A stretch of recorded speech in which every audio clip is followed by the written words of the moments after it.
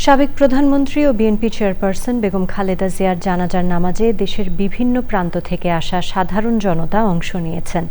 জানাজায় যোগ দিয়ে প্রিয় নেত্রীর প্রতি হৃদয় নিংড়ানো আবেগ প্রকাশ করেছেন তারা। বেগম খালেদা জিয়াকে আপামর জনগণের অভিভাবক হিসেবে উল্লেখ করেছেন তারা।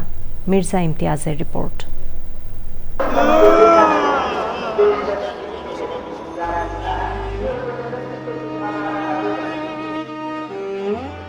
বেগম খালেদা জিয়ার প্রতি শেষ শ্রদ্ধা জানাতে এসে কান্নায় ভেঙে পড়েন ময়মনসিংহ থেকে আসা মোহাম্মদ আবুল। আল্লাহ, আমি তোমার কাছে আল্লাহ বেহেশতের সর্বোচ্চ জানে তুমি তাকে মর্যাদা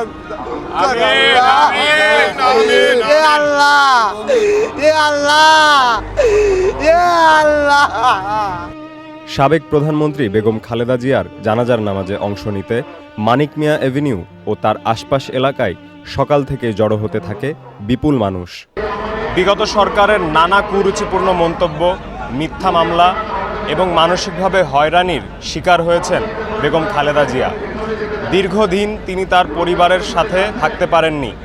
এর মধ্যেও তিনি কখনো দেশের মানুষকে এবং দেশকে ছেড়ে যাননি। এই যে দেশের প্রতি এবং দেশের মানুষের প্রতি তার অবস্থান শুরু থেকেই ছিল অটল। আমি যখন শুনছি যে উনি কালকে মারা গেছে, আমি আসলে বলে বোঝাতে পারবো না ওনার আমার অনুভূতি। দেশের অনেক বড় ক্ষতি হয়ে গেছে। আমার মার জন্য আপনারা দোয়া করেন। আমার মা অনেক কষ্ট পেয়েছে, আমার মার জন্য আপনারা দোয়া করেন। সংসদ ভবন এলাকা থেকে আগারগাঁও, কারওয়ান বাজার, মোহাম্মদপুর টাউন হল, শ্যামলী ও কাজী নজরুল ইসলাম অ্যাভিনিউ পর্যন্ত এলাকার সড়কে বিপুল মানুষ জানাজার নামাজে অংশ নেন।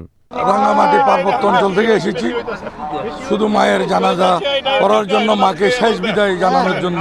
বৃদ্ধ বয়সে দেশ ও জাতির জন্য মিথ্যা মামলায় জেল খেটেছেন, কিন্তু দেশ ছেড়ে চলে যাননি। এতগুলো মানুষের উপস্থিতই আজকে প্রমাণ করে দিয়েছেন উনি অত্যন্ত একদম ভালো মানুষ ছিলেন। ওনাকে আরও যদি আমরা ভালোবাসতে পারতাম, আরও যদি আমরা ত্যাগ স্বীকার করতে পারতাম, তারপরে ওনার ঋণ আমরা শোধ করতে পারবো না। উনি ছিল মাটি ও মানুষের নেত্রী। জানাজার নামাজে অংশ নিতে আসা মানুষের উপস্থিতিতে প্রকাশ পায় বেগম জিয়ার প্রতি মানুষের অকৃত্রিম শ্রদ্ধা আর ভালোবাসা।